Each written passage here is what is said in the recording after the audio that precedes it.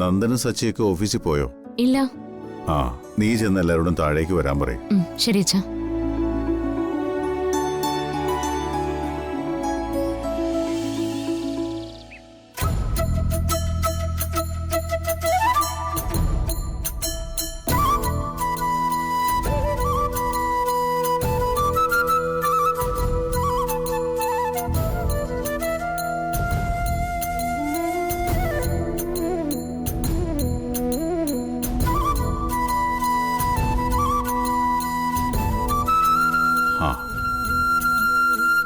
ആതിര എവിടെ? ആതിരയെന്ന് ഡോക്ടറിനെ കാണിക്കേണ്ട ദിവസം അച്ഛാ. അതിനുവേണ്ടി അവള് റെഡിയാവുക. എന്താ അച്ഛാ, എന്താ എല്ലാവരും കാണണമെന്ന് പറഞ്ഞത്? പറയാം. ഈ വീട്ടിൽ വളരെ സന്തോഷം നിറഞ്ഞ ദിവസങ്ങളാ കടന്നുപോയിക്കൊണ്ടിരിക്കുന്നത്. കാര്യം ഞാൻ പറയാതെ തന്നെ നിങ്ങൾക്ക് എല്ലാവർക്കും അറിയാലോ.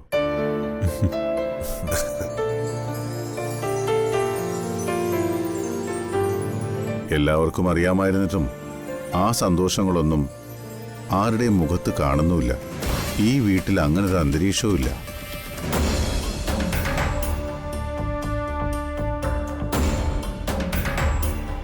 വർഷങ്ങൾ കൊണ്ട് ഞാൻ കാത്തിരിക്കുക എനിക്കൊരു പേരക്കുഞ്ഞിനെ.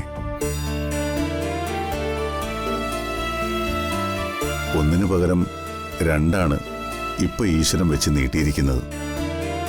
അതിന്റെ സന്തോഷം എനിക്ക് മാത്രമേ ഉള്ളൂ എന്നാണ് ഞാൻ മനസ്സിലാക്കുന്നത്.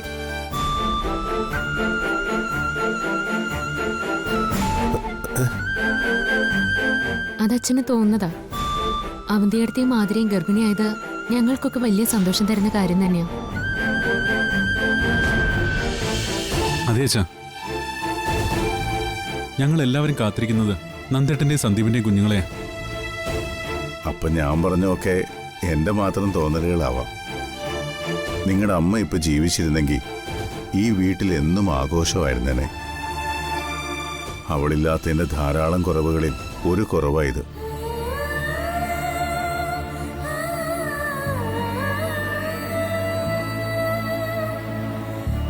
അമ്മയില്ലാത്തതിന്റെ ദുഃഖം ഞാൻ എൻ്റെ മക്കളെ അറിയിച്ചിട്ടില്ല.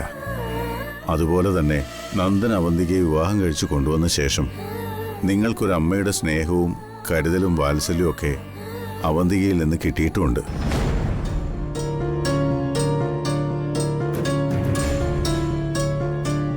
അങ്ങനെ നിങ്ങളെല്ലാവരും അമ്മയുടെ സ്ഥാനത്ത് കാണേണ്ട ആളുടെ ഏറ്റവും വലിയ സന്തോഷം നിറഞ്ഞ ദിവസമാണിത്.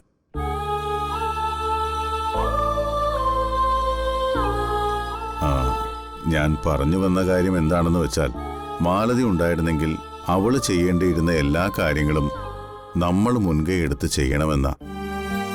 2 മാസം കഴിഞ്ഞാൽ ആതിരയ്ക്ക് 7 മാസമാവും. ആതിരയുടെ സീമന്തവും ഒപ്പം അവന്തിക ഗർഭിണിയായതിന്റെ ആഘോഷവുമെല്ലാം നമുക്ക് നല്ല രീതിയിൽ തന്നെ നടത്തണം.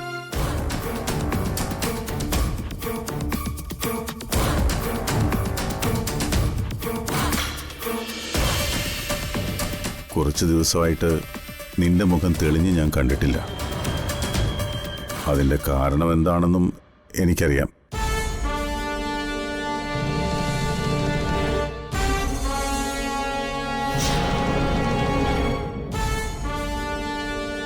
അവന്തിക അറിഞ്ഞുകൊണ്ട് തന്നെ ചില തെറ്റുകൾ ചെയ്തിട്ടുണ്ട്.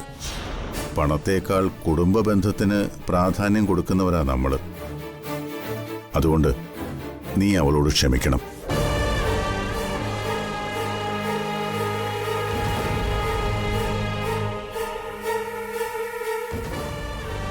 എന്തൊക്കെ പറഞ്ഞാലും നിന്റെ താലി കഴുത്തിലിട്ട് നിന്റെ ഭാര്യയായി ഈ വീട്ടിൽ അവന്തിക ഇപ്പോഴും ജീവിക്കുന്നുണ്ട്.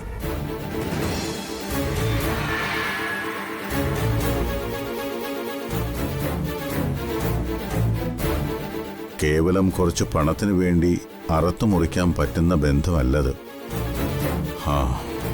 അങ്ങനെ മുറിച്ചാലും മുറിയാത്ത ഒരു ബന്ധം നിന്റെ ഭാര്യയുടെ വയറ്റിൽ വളരുന്നുണ്ട്.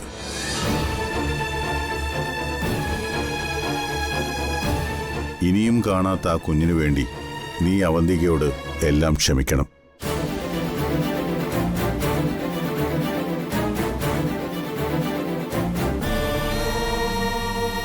ഞാൻ പറഞ്ഞു വന്നത് നന്ദനോടാണെങ്കിലും കേൾക്കേണ്ടതും അനുസരിക്കേണ്ടതുമായ ചുമതല നിങ്ങൾ ഓരോരുത്തർക്കും ഉണ്ട്. എങ്ങനെയാണോ ഈ കുടുംബം മുൻപുണ്ടായിരുന്നത് അതേ പടിയിലേക്ക് നിങ്ങൾ ഓരോരുത്തരും കൊണ്ടുവരണം. കഴിഞ്ഞതൊന്നും ആരും മനസ്സിൽ വെക്കണ്ട.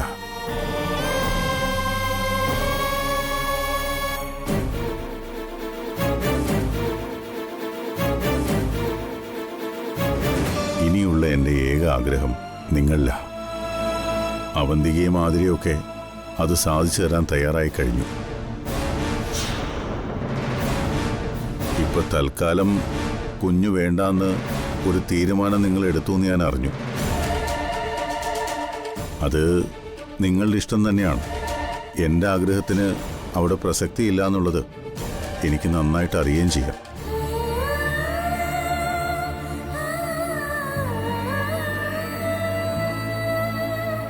എൻ്റെ കണ്ണടയും മുമ്പ് നിങ്ങൾ ആ തീരുമാനം മാറ്റാൻ ഞാൻ പ്രാർത്ഥിക്കാം.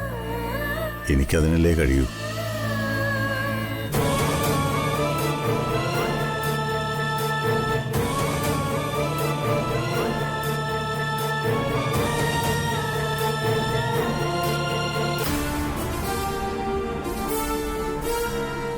നന്ദ, എന്താ അനുവേ?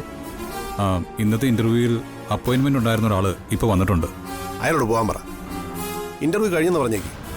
അയാൾക്ക് എങ്ങനെയെങ്കിലും ഇന്റർവ്യൂ അറ്റൻഡ് ചെയ്യണമെന്നാ പറയണത്. സാറിനെ കാണണമെന്നും പറഞ്ഞു. നന്ദൻ മീറ്റിംഗിലാണെന്ന് പറഞ്ഞിട്ട് അയാൾ കേൾക്കൊന്നുമില്ല. അതെങ്ങനെയാ അനുവേ? 10 മണിക്കല്ലേ ഇന്റർവ്യൂ വെച്ചിരുന്നത്? ദേ ഇപ്പൊ സമയം 11:30 കഴിഞ്ഞു. വന്നവരിൽ നിന്ന് 4-5 പേരെ ഞാൻ ഷോർട്ട് ലിസ്റ്റ് ചെയ്യുകയും ചെയ്തു. ഇതൊക്കെ ഞാൻ പറഞ്ഞതാ നന്ദ. CEO കണ്ടിട്ടേ പോകുന്നുള്ളൂ എന്ന് പറഞ്ഞ് വാശി പിടിച്ച് ക്യാബിനിൽ തന്നെ ഇരിക്കുക. സമയത്തിനെത്താൻ പറ്റാത്തത് മറ്റെന്തോ സാഹചര്യത്തിലായി പോയതുകൊണ്ടാണെന്ന് പറഞ്ഞു. ഈ ജോലി പുള്ളിക്ക് തന്നെ വേണമെന്നും പറഞ്ഞു. സർട്ടിഫിക്കറ്റൊക്കെ ഞാൻ പരിശോധിച്ചു. വൈസ് പ്രസിഡന്റ് സ്ഥാനത്തേക്ക് എല്ലാം കൊണ്ടും യോഗ്യതയുള്ള ആളാ. പിന്നെ ജോലി കൊടുക്കുന്നതും അല്ലാത്തതും നന്ദന്റെ ഇഷ്ടം. അത് നന്ദൻ വന്നൊന്ന് നേരിട്ട് പറഞ്ഞിരുന്നെങ്കിൽ വലിയ ഉപകാരമായിരുന്നു. ഞാൻ എത്ര പറഞ്ഞിട്ടും അയാൾ തിരികെ പോകാൻ കൂട്ടാക്കുന്നില്ല. അതാ. അയാൾ ഇപ്പോഴും മനുവിന്റെ ക്യാബിനിലുണ്ട്. ഉണ്ട്. എന്നാ ഞാൻ പറയാം അയാളോട്, എത്ര യോഗ്യതയുള്ള ആളാണെങ്കിലും ഇന്റർവ്യൂവിന് സമയത്ത് വരണ്ടേ? അതുകൊണ്ട് എന്ത് യോഗ്യതയുള്ള ആളാണെന്ന് പറഞ്ഞാലും ഈ ഓഫീസിൽ ജോലിയില്ല. അത് അനൂപ് പറഞ്ഞിട്ട് അയാൾക്ക് മനസ്സിലായില്ലെങ്കിൽ ഞാൻ തന്നെ പറയാം. അനൂപ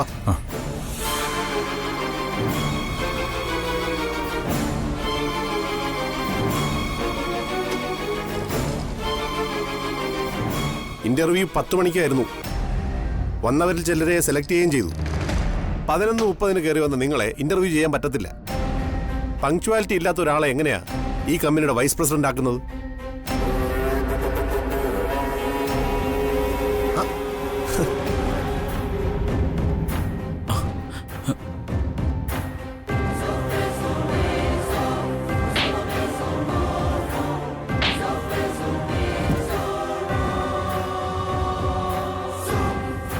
താനാണോ സാറ്? നിങ്ങൾ തമ്മിൽ പരിചയമുണ്ടോ? ഇതാനുവേ, ഞാൻ ഇന്നലെ പറഞ്ഞ ആള്. ഓ, റോഡിൽ വെച്ച് പ്രശ്നം ഉണ്ടായപ്പോ. ഓ, അത് ഇയാളായിരുന്നു. ഇതാണ് നന്ദൻ, നന്ദകുമാർ. നെല്ലിശ്ശേരി അസോസിയേറ്റ്സിന്റെ CEO-യിൽ ഒരാളാണ്. ഓ, ഇയാളുടെ പേരെന്തായിരുന്നു? ധനുഷ്. ധനുഷെ, ഇന്റർവ്യൂ കഴിഞ്ഞു. ഇനി എന്തെങ്കിലും വേക്കൻസി വരുമ്പോൾ ഞങ്ങൾ അറിയിക്കാം. നമ്പർ തന്നിട്ട് പോയാൽ മതി. സർ, സർ, എനിക്ക് ഈ ജോലി അത്യാവശ്യമായിരുന്നു. കറക്റ്റ് സമയത്ത് എത്താൻ കണക്കാക്കി ഞാൻ ഇറങ്ങിയതാ.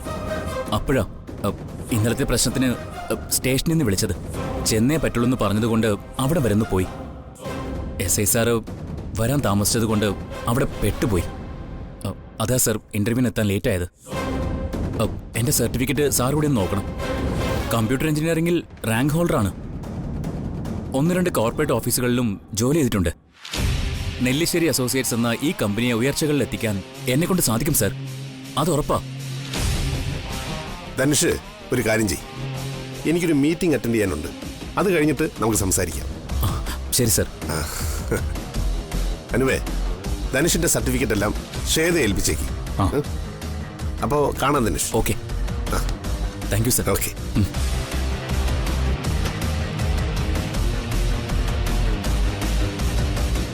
ശരി.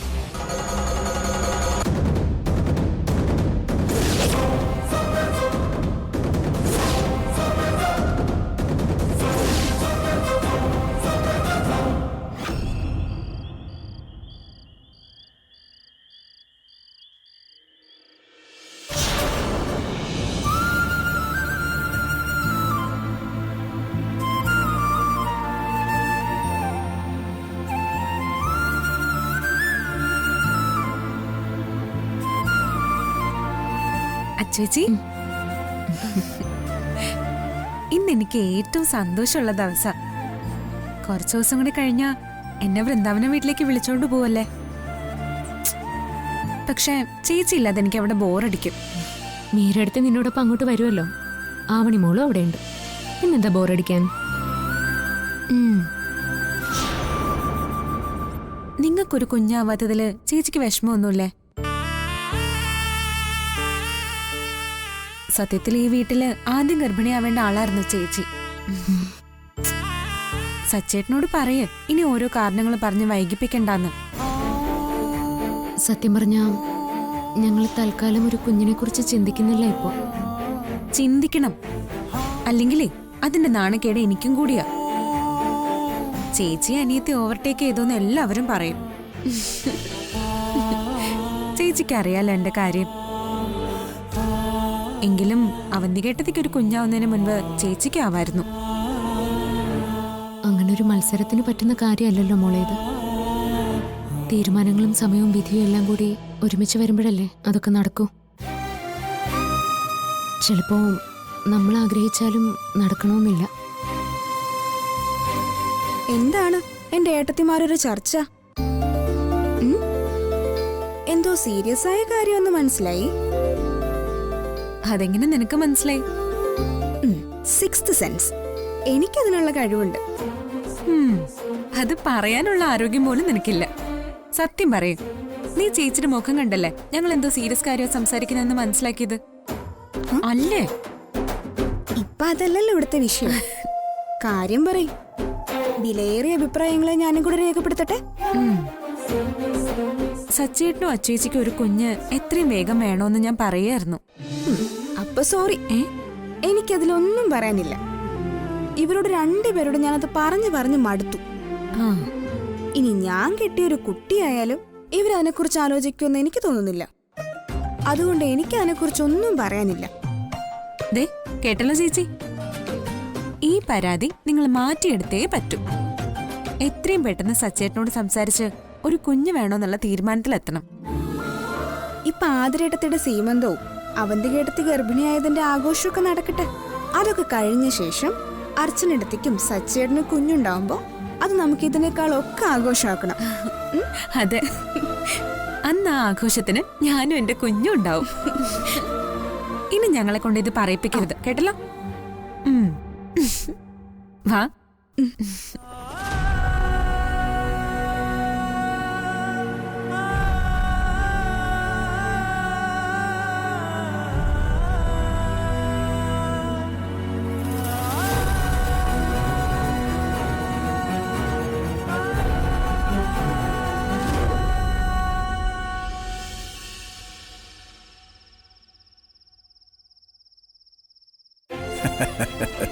ചെറുപ്പത്തിലെ നിനക്ക് കുറുമ്പും കുസൃതിയൊക്കെ ഇച്ചിരി കൂടുതലായിരുന്നു. എങ്കിലും പഠിക്കാൻ ആളും എടുക്കണമായിരുന്നു. എന്തായാലും വിളിച്ചതിന് മാഷ് സന്തോഷമുണ്ട് പ്രവീണെ. അപ്പം ഓൾ ദി ബെസ്റ്റ്. ശരി മോനെ. അപ്പോൾ നീ ഇടയ്ക്കൊക്കെ വിളിക്കേ. ശരി മോനെ.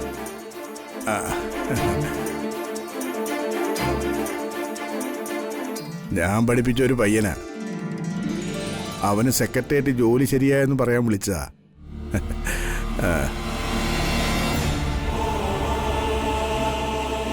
തന്റെ മുഖം എന്താ എങ്ങനെ ഇരിക്കുന്നു?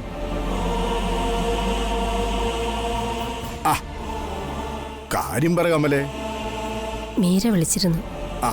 അതിനെന്താ? അവിടെ എന്തെങ്കിലും പ്രശ്നമുണ്ടോ? പ്രശ്നമുണ്ട്. അത് നമ്മളെ കൂടെ ബാധിക്കുന്ന പ്രശ്നമാണ് മാഷെ. എന്താ കമലേ?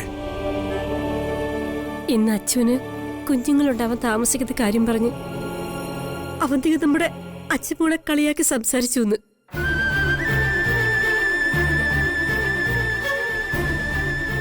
അതവക്ക് നല്ല വിഷമായിട്ടുണ്ടെന്നാ മീര പറഞ്ഞത്. എല്ലാം അറിയുന്ന അവന്തിക തന്നെ ഇങ്ങനെ തുടങ്ങിയ നമ്മൾ എന്ത് ചെയ്യും മാഷെ?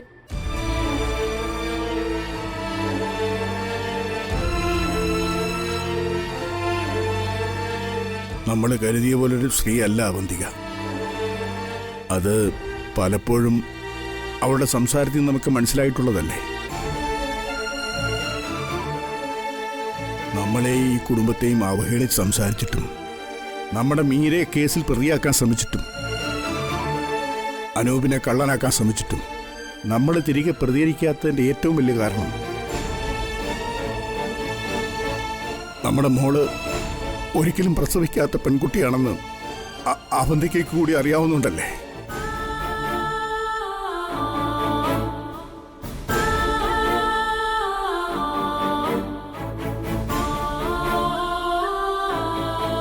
ഒരു വഴക്കുണ്ടാവുമ്പോ പറഞ്ഞു ജയിക്കാൻ അവന്തിക്ക് ഈ കാര്യം ആരോടെങ്കിലും പറഞ്ഞ നമ്മുടെ മോടെ ജീവിതം പകുതിയിൽ നിൽക്കില്ലേ.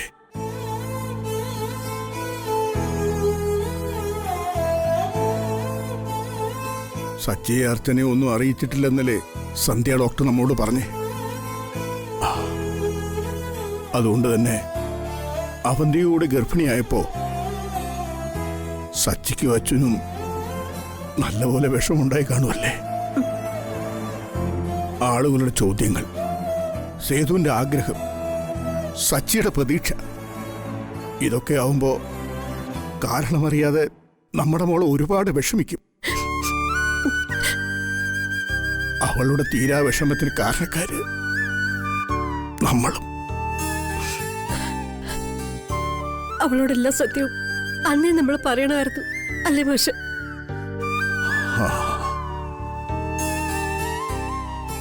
അന്നത്തെ അവളുടെ തകർച്ച കാണാൻ പറ്റാത്തതുകൊണ്ട് അന്ന് നമ്മൾ ഒന്നും പറയണ്ടെന്ന് തീരുമാനിച്ചത്. അന്ന് പറയാതിരുന്നുകൊണ്ട് ഇനിയിപ്പോ ഇതറിയുമ്പോ എത്ര പേരെ തകരാൻ പോകുന്നത്. അന്ന് അവന്തികയുടെ വാക്ക് വിശ്വസിക്കണ്ടായിരുന്നു. എല്ലാം സച്ചിയോടെങ്കിലും നമുക്ക് പറയേണ്ടതായിരുന്നു. ഇപ്പൊ തൽക്കാലം കുഞ്ഞ് വേണ്ടെന്നാ സച്ചി അർച്ചനയും തീരുമാനിച്ചിരിക്കുന്നത്. അങ്ങനെ അച്ഛമ്മോള് മീരയോട് പറഞ്ഞു തന്നു. അച്ഛമ്മേ,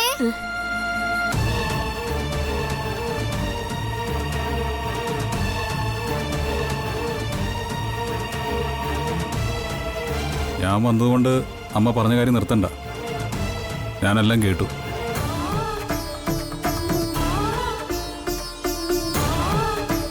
അമ്മ പറഞ്ഞതുപോലെയാണ് കാര്യങ്ങളെങ്കിൽ അത് വലിയ തെറ്റായി പോയമ്മേ.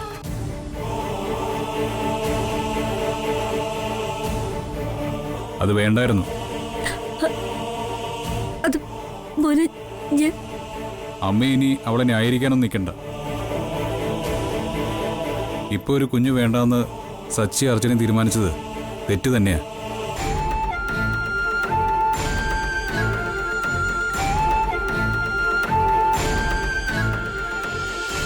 അർച്ചന ഗർഭിണിയായി കാണണമെന്നും സച്ചിയുടെ കുഞ്ഞിനെ താലോലിക്കണമെന്നും സേതുവെങ്കിൽ എന്തുമാത്രം ആഗ്രഹിച്ചതാ. ആ ആഗ്രഹം കണ്ടില്ലെന്ന് നടിക്കണ്ടായിരുന്നു. പിന്നെ ഇത് അവരുടെ ജീവിതം, അവരുടെ തീരുമാനം.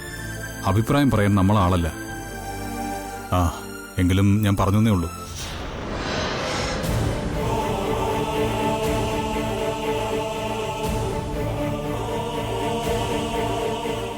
എന്റെ ഈശ്വര, കാത്തു. വാമോളെ, അച്ഛമ്മ ഭക്ഷണം എടുത്തുതരാം. ഞാൻ കഴിച്ചല്ലോ. പൊറോട്ടയും ചിക്കനും. നിങ്ങൾക്കും അച്ഛൻ വാങ്ങിച്ചിട്ടുണ്ട്. അച്ഛമ്മ വാ.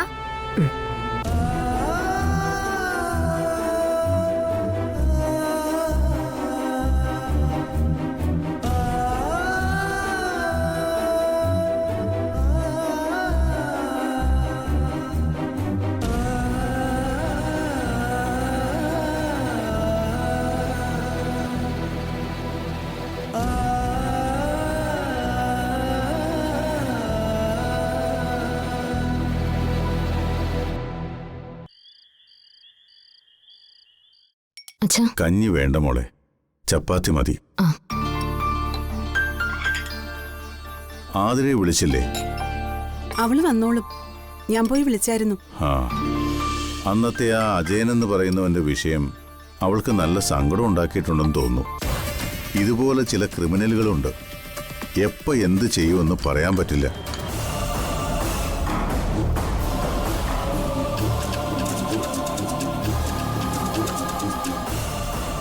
നമുക്കിടയിലുള്ളവർ തന്നെ നമ്മളെ നശിപ്പിക്കാൻ ഇറങ്ങിയ എല്ലാം കഴിഞ്ഞതിന് ശേഷമേ നമ്മളെല്ലാം അറിയൂ.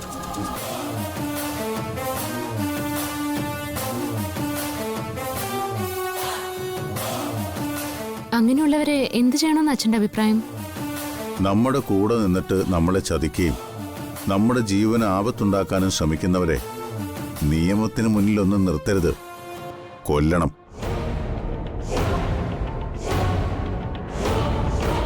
അവർ നമ്മളോട് ചെയ്ത തെറ്റുകൾ പറഞ്ഞ് ഇഞ്ചിഞ്ചായി കൊല്ലണം.